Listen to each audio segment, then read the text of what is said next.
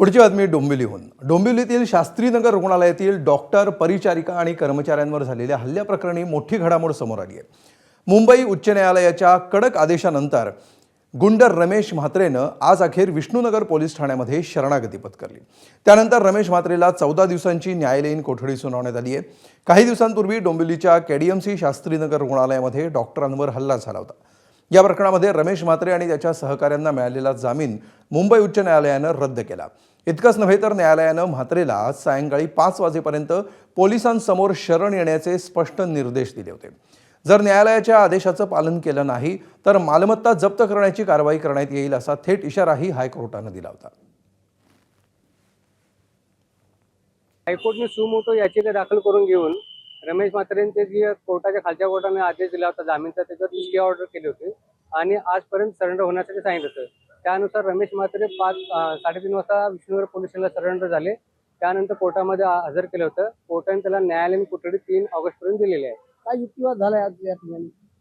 युक्तिवाद फक्त कोर्टामध्ये सरेंडर होण्याचा युक्तिवाद त्याने हायकोर्टचा आदेश होता, त्या आदेशाचं पालन रमेश म्हात्रेंनी केलेलं आहे। 22 तारखेला काहीतरी तुम्ही 22 तारखेला आम्हाला नोटीस आलेली आहे। आम्हाला आमच्या जामिनाच्या बद्दल आमचं म्हणणं तिथे 22 तारखेला आम्ही मांडणार आहे। तर आरोपी रमेश म्हात्रेनं मुंबई उच्च न्यायालयाच्या आदेशानंतर विष्णुनगर पोलीस ठाण्यामध्ये शरणागती पत्करली।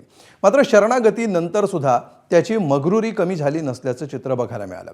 पोलीस ठाण्यातून बाहेर येताना पत्रकारांनी त्याला या प्रकरणाबाबत प्रश्न विचारला, त्यावेळी त्यानं बहुत हो गया अभी जाने दो अशी प्रतिक्रिया दिली।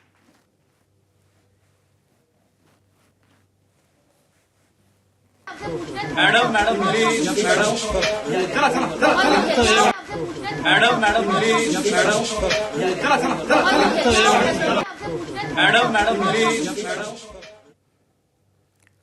तर डॉक्टरांना केलेल्या मारहाणीचं कधीही समर्थन करणार नाही अशी प्रतिक्रिया एकनाथ शिंदे यांनी रमेश म्हात्रेंच्या या सगळ्या प्रकरणावर दिली आहे।